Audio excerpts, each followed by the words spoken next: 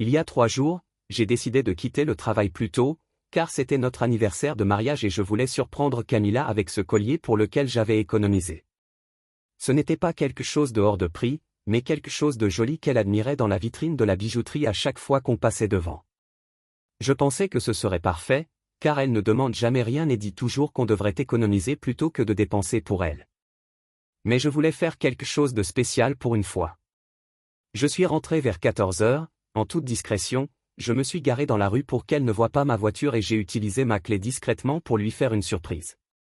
On pourrait peut-être passer un bon après-midi ensemble avant d'aller dîner plus tard. J'étais même tout excité, ce qui me semble tellement idiot maintenant que j'y repense.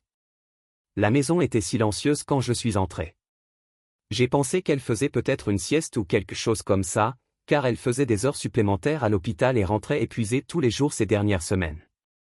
Je me suis dit qu'elle méritait le repos, alors j'essayais de faire très attention en traversant le salon pour me rendre dans notre chambre. Mais j'ai entendu des bruits venant de l'étage. Au début, j'ai cru qu'elle regardait la télé ou quelque chose comme ça. Mais en m'approchant de l'escalier, j'ai réalisé ce que j'entendais et j'ai eu un pincement au cœur, car ce n'était pas le bruit de la télé. Je savais exactement ce qui se passait, mais mon cerveau n'arrivait pas encore à le comprendre. Et je n'arrêtais pas de penser que j'avais peut-être tort. Peut-être que c'était autre chose. J'ai poussé la porte juste assez pour voir à l'intérieur et j'ai vu mon père sur ma femme dans notre lit. Ils étaient tous les deux complètement nus et s'embrassaient comme des bêtes. Je suis resté planté là, figé. Mon père a 58 ans et Camilla 29 ans, et ils faisaient l'amour dans mon lit. J'ai regardé pendant une dizaine de secondes avant que mon cerveau ne comprenne enfin ce que je voyais et je me suis évanoui.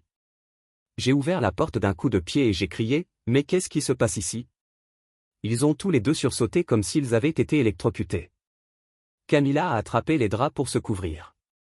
Mon père est resté assis là, nu, sans même chercher à cacher quoi que ce soit.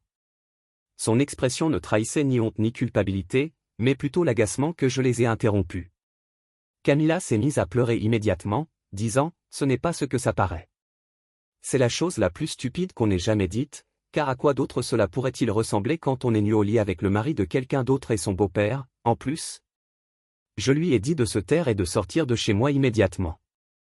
Mon père s'est finalement levé et a commencé à s'habiller. Je lui ai demandé « Ça fait combien de temps que ça dure ?» Il a juste haussé les épaules et a dit « Ça n'a plus d'importance maintenant que je sais. » Ça m'a mise en colère. J'ai cru que j'allais le frapper sur le champ. Mais au lieu de ça, je lui ai dit de sortir et de ne jamais revenir. Camilla a essayé de me parler et de m'expliquer les choses, disant qu'elle était désolée, que c'était une erreur, et toutes ces conneries que les gens racontent quand on les prend en flagrant délit. Mais je n'écoutais pas, car il n'y a aucune explication à ce que j'ai vu, aucune excuse. Je lui ai dit qu'elle avait 1 heure pour faire ses valises et partir avant que j'appelle la police. Elle m'a demandé « Où suis-je censé aller ?» J'ai répondu « Je m'en fiche, tu aurais dû y réfléchir avant de coucher avec mon père dans notre lit. » Elle s'est mise à pleurer plus fort et à dire qu'elle n'avait nulle part où aller. Je lui ai dit que ce n'était plus mon problème. Mon père est parti le premier et ne m'a rien dit d'autre. Il est juste parti. Je me concentrais davantage sur l'idée de faire sortir Camilla de chez moi et de m'assurer qu'elle prenne toutes ses affaires pour que je n'ai plus à la revoir. Elle a fait 2 valises et a essayé de me parler pendant ce temps, me demandant si on pouvait arranger les choses et aller voir un thérapeute ou quelque chose comme ça. Je n'arrêtais pas de lui dire non et de se dépêcher parce que je voulais qu'elle parte. Et je le pensais vraiment.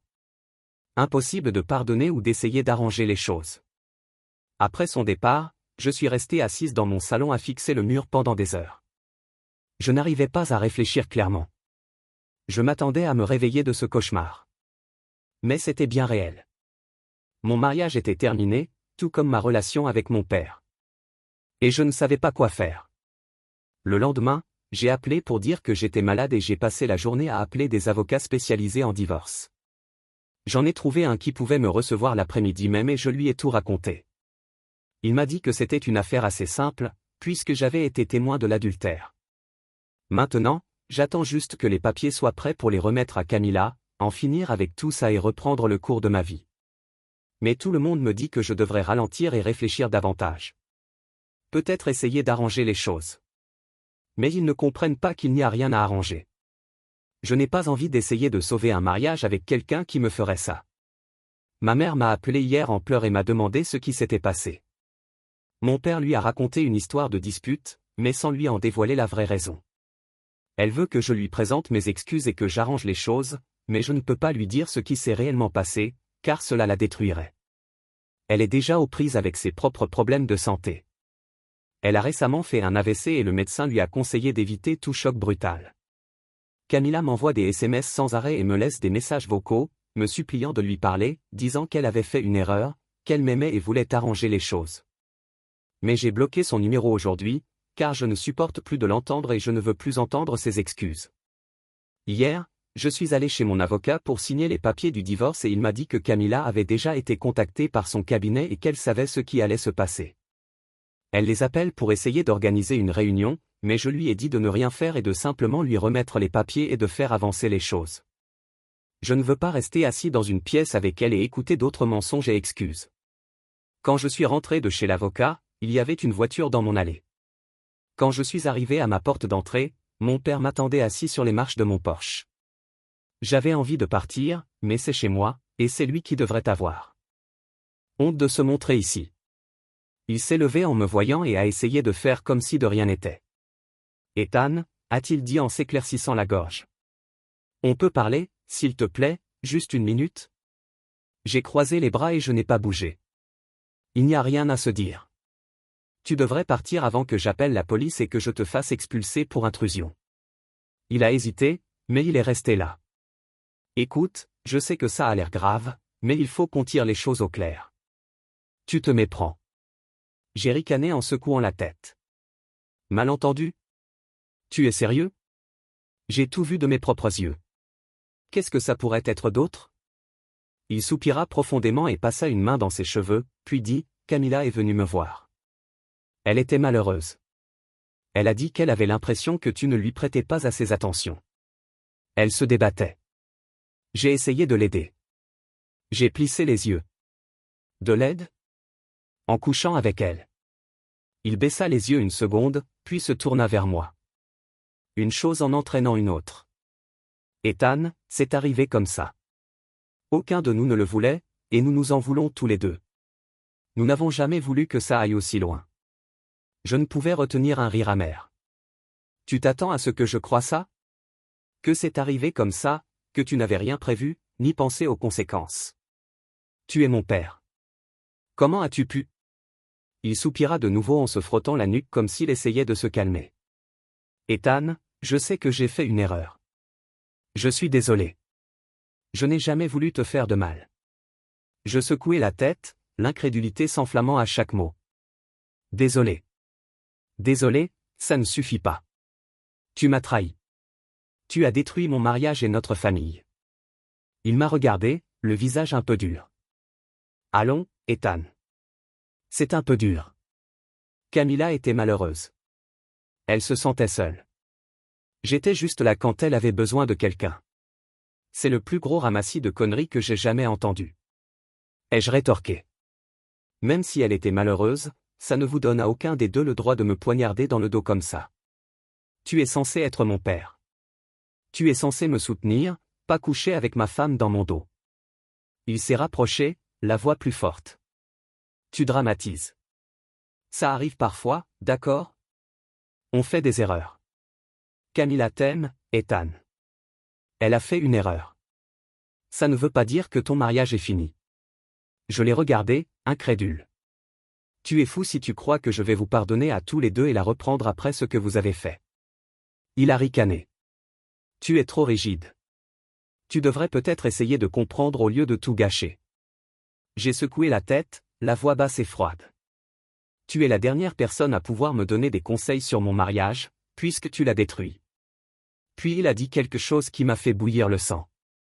Et honnêtement, je ne me souviens plus de ces mots exacts, mais c'était cette idée terriblement tordue que si j'avais été un meilleur homme au lit et que j'avais satisfait ma femme, Camilla n'aurait pas eu besoin de chercher l'épanouissement ailleurs.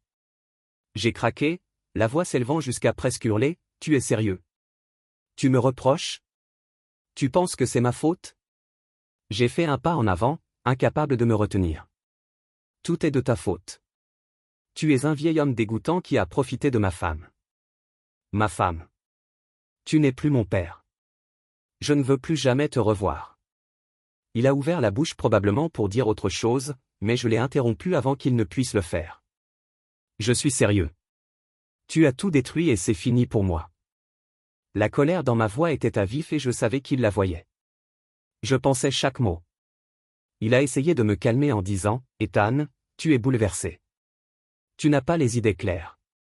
On est une famille. On doit surmonter ça ensemble. » Je l'ai coupé net. On a cessé d'être une famille dès que tu as décidé de coucher avec Camilla. Tu as fait ton choix. Et maintenant, tu dois en assumer les conséquences. Je suis rentré, j'ai claqué la porte et je l'ai verrouillée. Il est resté dehors pendant encore 10 minutes, à frapper et à me demander de le laisser entrer pour qu'on puisse parler comme des adultes. Mais je l'ai ignoré jusqu'à ce qu'il parte enfin. Je n'ai plus eu de ses nouvelles depuis ce jour-là. Mais ce matin, ma mère m'a appelé, la voix tremblante et brisée par les larmes. « Ethan, qu'est-ce qui se passe? Ton père est rentré bouleversé hier soir, a-t-elle dit entre deux sanglots. Il m'a dit que vous aviez eu une grosse dispute. Il dit que tu es déraisonnable et que tu refuses de lui parler. » J'ai dégluti difficilement, le hochement de tête dans ma poitrine se serrant. « Maman, ce n'est pas juste une dispute. C'est sérieux. Tu ne sais pas tout. » Elle a reniflé à l'autre bout du fil. « S'il te plaît, Ethan, je veux juste comprendre. Tu ne peux pas essayer de lui parler? Il s'inquiète pour toi. » J'ai fermé les yeux un instant. J'aimerais que ce soit aussi simple, maman. Mais certaines choses ne s'arrangent pas en parlant. Elle a reniflé à l'autre bout du fil. Je n'ai jamais vu ton père comme ça. Il t'aime tellement, Ethan. Il souffre vraiment, et moi aussi. Je veux juste que tu l'appelles. Essaie d'arranger les choses. La famille, c'est tout. Ne laisse pas l'orgueil prendre le dessus sur l'essentiel. Ces mots m'ont poignardé parce que je voulais tellement lui dire la vérité. Elle méritait de savoir quel genre d'homme était vraiment son mari. Qu'il nous avait tous trahis de la pire des manières. Mais l'idée de lui briser le cœur, surtout avec sa santé, était insupportable. Je sais, maman, ai-je dit doucement. Mais parfois, les choses ne sont pas si simples. J'essaie de comprendre moi-même. Ethan, s'il te plaît, a-t-elle supplié. Tu ne peux pas le rejeter comme ça. Tu es mon fils. On a tous besoin l'un de l'autre. J'ai senti les larmes me monter aux yeux, mais je me suis forcé à rester calme. Je te promets que j'y réfléchis, maman. J'ai juste besoin de temps. Elle a soupiré profondément. Ok, chérie. Ne te ferme pas à tout le monde. On t'aime et on veut ce qu'il y a de mieux pour toi. Je sais, ai-je murmuré. Merci, maman. Après avoir raccroché, le poids du secret m'a écrasé. Ça me tuait de ne pas lui dire la vérité, mais je ne pouvais pas être celle qui détruisait son monde. Garder tout ça pour moi était comme un feu qui brûlait dans ma poitrine, et je ne savais pas combien de temps je pourrais le retenir. Et puis aujourd'hui, Camilla est arrivée à mon travail. Je partais et je l'ai vue arriver. Alors, j'ai essayé de monter vite dans ma voiture, mais elle a couru vers moi et a commencé à frapper à ma vitre, me suppliant de lui parler. J'ai baissé la vitre juste assez et j'ai dit, « Laisse-moi tranquille. Je ne veux rien entendre de ce que tu as à dire. » Mais elle a continué à parler, disant qu'elle était désolée et que ce n'était arrivé que 2 fois. Elle a dit qu'elle était confuse et qu'elle avait fait une terrible erreur, mais qu'elle m'aimait et voulait sauver notre mariage. Je l'ai regardée, d'une voix ferme mais froide. « Ça fait combien de temps que ça dure, Camilla ?» Elle a hésité, se mordant la lèvre, puis a finalement dit environ 1 mois. Ça a commencé quand je suis allé parler à ton père de nos problèmes. Je me sentais vraiment seul, Ethan. J'ai serré les poings, essayant de me contrôler. Seul ou excité, tu es allé le voir pour te gratter. Elle a sangloté. Je suis désolé. C'est arrivé comme ça. Mais Ethan, ça ne voulait rien dire. Je l'ai regretté dès le moment où c'est arrivé. Je n'ai jamais voulu te faire de mal. J'ai ricané. As-tu seulement pensé à la douleur que ça me ferait? À la façon dont ça détruirait tout? Des larmes lui sont montées aux yeux. J'étais confuse. J'étais désespéré et je n'avais pas les idées claires. J'ai pris une grande inspiration. Et la deuxième fois, sa voix s'est brisée. La deuxième fois, c'était le jour où tu nous as surpris. J'ai voulu rompre sur le champ, mais ton père m'a convaincu de le voir une dernière fois. Il a dit que les choses seraient différentes, que c'était une erreur, que ça ne se reproduirait plus. J'ai secoué la tête, la colère montant en moi, et c'est là que je suis rentré tôt et que je t'ai trouvé aussi. Elle a baissé les yeux, incapable de me regarder dans les yeux. Oui, je suis vraiment désolé, Ethan. Je le lui ai dit sans détour. Je me fiche des détails. 2 fois, 20 fois, peu importe. Tu m'as encore trompé, et je suis toujours en instance de divorce. Elle s'est mise à pleurer, la voix tremblante. Ethan, s'il te plaît. Je ferai tout pour arranger ça. On peut aller voir un thérapeute. Je couperai tout contact avec ton père. On peut déménager. Repartir à zéro. S'il te plaît, donne-moi juste une chance. J'ai secoué la tête, ne ressentant qu'une froide résolution. C'est trop tard pour tout ça. Je n'ai plus confiance en toi, et je ne te ferai jamais confiance. Elle n'arrêtait pas de supplier, mais je ne voulais pas l'entendre. J'ai tourné la clé, démarré et je suis parti pendant qu'elle se tenait là, sur le parking, les larmes aux yeux. Je ne me sens pas coupable. C'est elle qui a cherché ça. Elle n'a plus le droit de jouer les victimes. C'est elle qui a tout gâché. Mon avocat dit que les papiers du divorce seront signifiés demain. Une fois qu'elle aura signé, on pourra probablement tout finaliser d'ici quelques mois, vu qu'on n'a ni enfant ni patrimoine complexe. Je veux juste que ça se termine. Je veux commencer à essayer de passer à autre chose. Je n'arrête pas de penser à tous les signes que j'ai manqués. Ça a duré combien de temps? Avec le recul, il y avait des choses qui semblaient bizarres, mais je leur faisais confiance à tous les deux. Je ne me doutais de rien. Je me sens stupide d'avoir été aussi aveugle à ce qui se passait sous mon nez. Camilla a reçu les papiers du divorce hier matin et à midi, mon téléphone explosait d'appels et de SMS. Même si j'avais bloqué son numéro principal, elle utilisait d'autres numéros pour me joindre. J'ai dû éteindre complètement mon téléphone pour avoir un peu de calme. Quand je l'ai enfin rallumé quelques heures plus tard, j'avais 17 appels manqués et une trentaine de SMS de différents numéros, tous de sa part me suppliant de reconsidérer ma décision. Elle disait qu'elle ferait tout pour sauver notre mariage, qu'elle se faisait aider et qu'elle voulait prouver qu'elle pouvait changer. Un message disait qu'elle avait quitté son emploi à l'hôpital et qu'elle retournait vivre chez sa sœur. Elle promettait de ne plus me contacter si je le souhaitais, mais elle espérait que je changerais d'avis et que je lui donnerais une autre chance d'arranger les choses. Peu m'importe où elle va ou ce qu'elle fait, du moment qu'elle signe les papiers et qu'elle quitte définitivement ma vie. Je lui ai répondu par SMS à l'un des numéros en lui disant exactement cela et que je voulais que ce divorce soit finalisé au plus vite. Puis j'ai bloqué tous les numéros qu'elle utilisait. Mais le vrai problème maintenant, c'est ma mère. Elle est venue chez moi hier soir sans m'appeler, et je voyais bien qu'elle pleurait. Elle avait l'air terrible. Je savais que quelque chose n'allait pas, mais je n'étais pas préparé à ce qu'elle m'a dit. Elle m'a dit que mon père se comportait bizarrement depuis des semaines et qu'elle s'inquiétait pour lui. Après notre dispute de l'autre jour, il avait bu plus que d'habitude et était resté éveillé toute la nuit. Elle avait peur qu'il y ait quelque chose de grave chez lui. Puis elle m'a redemandé la raison de notre dispute. Elle a dit qu'elle savait que ce devait être grave, car nous n'avions jamais passé autant de temps sans nous parler. Elle voyait bien que c'était plus qu'un simple désaccord, et qu'elle avait besoin de savoir ce qui s'était passé. J'ai essayé de lui donner la même réponse vague que la précédente, mais elle n'y croyait pas. Elle a dit qu'elle me connaissait trop bien et qu'elle pouvait deviner quand je cachais quelque chose. Je ne partirai pas tant que tu ne m'auras pas dit la vérité, a-t-elle dit fermement. Je me sentais pris au piège.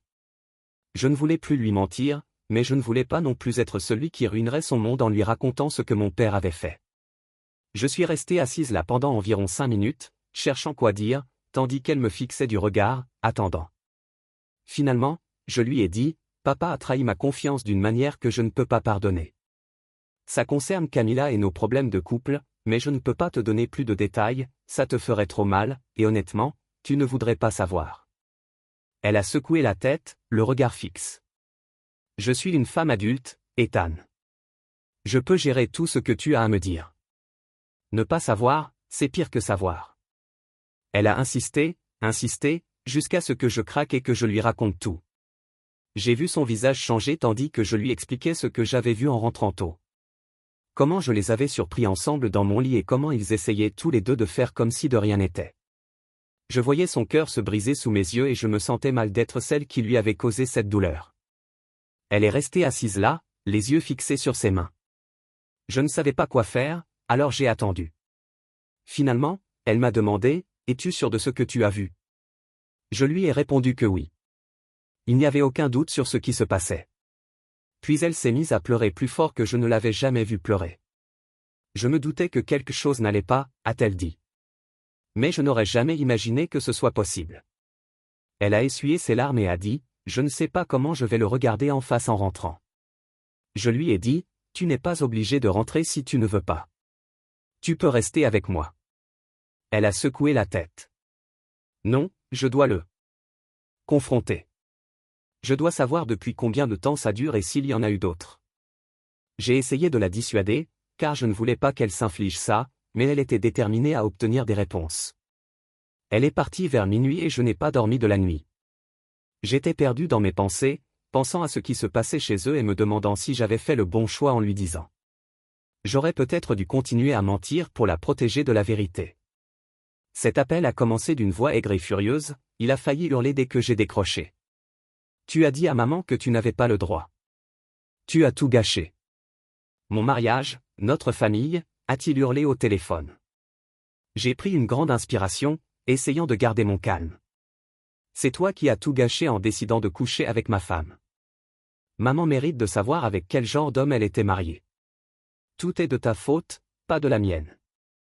Son ton ne s'est pas adouci d'un iota. Tu es vindicatif, cruel même.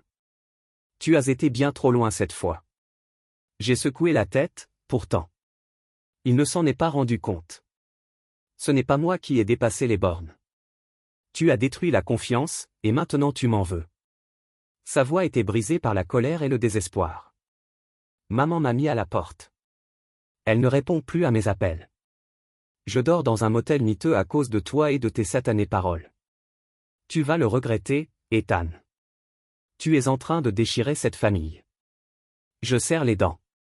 Si maman t'a mis à la porte, peut-être qu'elle a enfin vu la vérité. C'est de ta faute. Ne me blâme pas pour le désordre que tu as créé. Il a crié autre chose, mais je n'arrivais même pas à me concentrer. J'ai juste appuyé sur le bouton « Raccrocher » et raccroché avant qu'il puisse en dire plus. Ça ne servait à rien de l'écouter. Honnêtement, je ne me sens pas coupable. C'est de sa faute et je ne peux pas me blâmer pour les conséquences de ses actes. Si maman l'a mis à la porte, tant mieux pour elle. Elle mérite mieux qu'un mari infidèle. Plus tard, mon avocat a appelé. Il a dit que Camilla les avait contactés et voulait contester le divorce et essayer de se réconcilier. Je lui ai dit, absolument pas. Je veux que tu fasses tout ton possible pour obtenir une résolution au plus vite. Peu m'importe qu'elle conteste. Elle ne gagnera pas, il a dit, même si elle conteste, la procédure ne prendra que quelques semaines de plus. Sa contestation ne change rien au fait que le mariage est terminé. Tu obtiendras le divorce, peu importe ce qu'elle essaie de faire pour le retarder. J'ai l'impression que toute cette histoire est en train de devenir incontrôlable. Ça touche bien plus de gens que ça ne devrait, et je veux juste que ça s'arrête. Mais chaque jour, il y a un nouveau drame ou une nouvelle complication, et je suis épuisé de gérer tout ça et d'essayer de garder la tête hors de l'eau. Ce soir-là, mon téléphone a sonné juste au moment où j'allais dîner. C'était « Maman », sa voix était différente. Il y avait un mélange de larmes et de colère, comme si elle avait pleuré, mais aussi déterminée. Ethan, je peux venir ? Il faut que je te parle de ce que j'ai découvert après avoir confronté ton père. À son arrivée, elle avait l'air épuisée.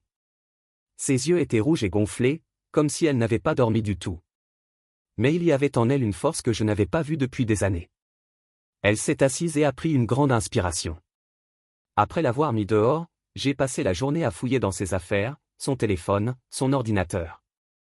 J'ai trouvé des textos entre lui et Camilla remontant à presque 3 mois, a-t-elle dit doucement. Mais il y avait encore quelque chose dans sa voix. Ce n'était pas seulement 2 fois comme Camilla l'avait dit. Ça fait bien plus longtemps. J'ai senti mon estomac se nouer. Elle a continué, certains messages étaient explicites, dégoûtants. Ils planifiaient leur réunion pendant que tu étais au travail. Mais ce n'est pas tout. Quoi d'autre, ai-je demandé, le cœur battant. Maman m'a regardé dans les yeux. J'ai trouvé des messages entre lui et au moins 2 autres femmes. Il me trompe depuis des années, avec plusieurs personnes. Camilla était juste la dernière en date. Je n'arrivais pas à y croire. La trahison était plus profonde que je ne l'avais imaginé. Je suis tellement désolé, Ethan, dit-elle d'une voix brisée. Tout ton mariage, toute ma vie avec lui, n'ont probablement été que mensonges, au moins depuis 10 ans. Je restais là, abasourdi et sans voix.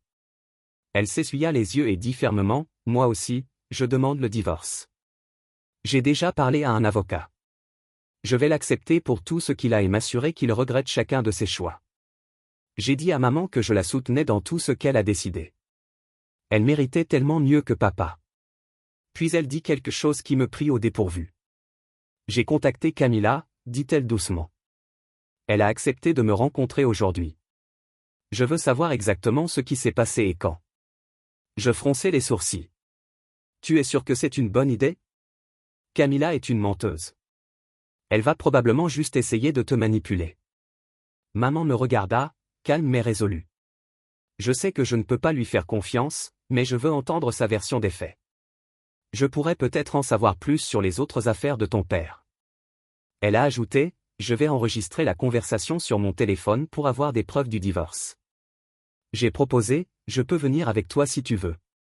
Elle a secoué la tête fermement. Non, Ethan, je veux gérer ça toute seule.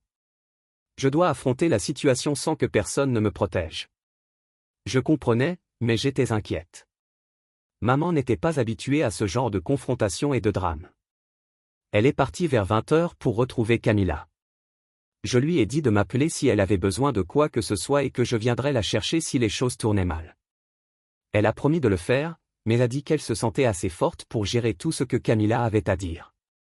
Pendant son absence, je n'arrivais à me concentrer sur rien. Je vérifiais mon téléphone toutes les 2 ou 3 minutes, attendant un appel ou un SMS. L'inquiétude montait en moi. Finalement, vers 22h30, maman est arrivée chez moi au lieu de rentrer. Quand j'ai ouvert la porte, elle avait changé d'air, comme si elle avait traversé une épreuve intense, mais aussi comme si un poids s'était ôté de ses épaules. Elle est entrée et s'est assise, la voix posée, mais fatiguée. La rencontre avec Camilla, ça m'a ouvert les yeux d'une manière inattendue, a-t-elle dit. J'ai attendu. Elle a été totalement honnête une fois qu'elle a réalisé, je connaissais déjà la plupart des détails. Camilla a admis que la liaison durait depuis 3 mois, a dit maman doucement. Elle a dit que ton père la poursuivait agressivement et l'avait convaincue. Que tu ne l'appréciais pas, que votre mariage allait probablement se terminer de toute façon. Camilla avait aussi parlé à maman des autres femmes qu'elle avait vu papa envoyer des textos. Elle lui a même montré des captures d'écran de son téléphone lorsqu'elle a commencé à le soupçonner de la tromper aussi. C'est ironique, mais peu importe.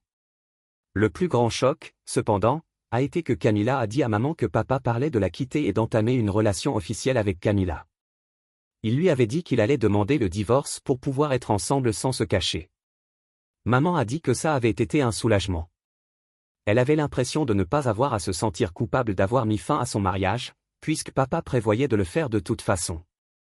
Cela rendait sa décision de divorcer encore plus juste et justifiée. Elle m'a aussi dit que Camilla avait fondu en larmes pendant leur conversation. Elle a admis savoir que ce qu'elle avait fait était horrible et qu'elle le regrettait, souhaitant tout effacer. Mais papa lui avait donné l'impression que je ne l'aimais plus, qu'elle était seule et vulnérable. J'ai dit à maman, je me fiche des excuses de Camilla. Rien ne justifie ce qu'elle a fait. Être seule ne donne pas le droit de tromper le père de son mari, rien de moins. Elle essaie juste d'attirer la sympathie et de se faire passer pour la victime. Maman a hoché la tête. Je ne cherche pas d'excuses pour Camilla. Mais je comprends comment ton père a manipulé la situation, exploité ses complexes. C'est lui le vrai méchant. C'est l'aîné qui aurait dû être plus prudent. Les papiers du divorce sont censés être finalisés la semaine prochaine. Camilla a arrêté de contester et a accepté de tout signer pour en finir. Je crois qu'elle a finalement compris qu'il n'y avait pas de retour en arrière et que je ne lui pardonnerai jamais. Papa nous appelle sans arrêt, maman et moi, mais on l'ignore. Apparemment, il est désespéré. Il est arrivé chez maman hier, mais elle avait déjà changé les serrures. Elle a appelé la police comme il refusait de partir, et ils lui ont dit de rester loin sous peine d'être arrêté. J'ai l'impression de voir enfin la lumière au bout du tunnel et que ce cauchemar est presque terminé. Je vais pouvoir reconstruire ma vie sans toutes ces personnes toxiques. Pour la première fois depuis longtemps, je commence à avoir de l'espoir pour l'avenir.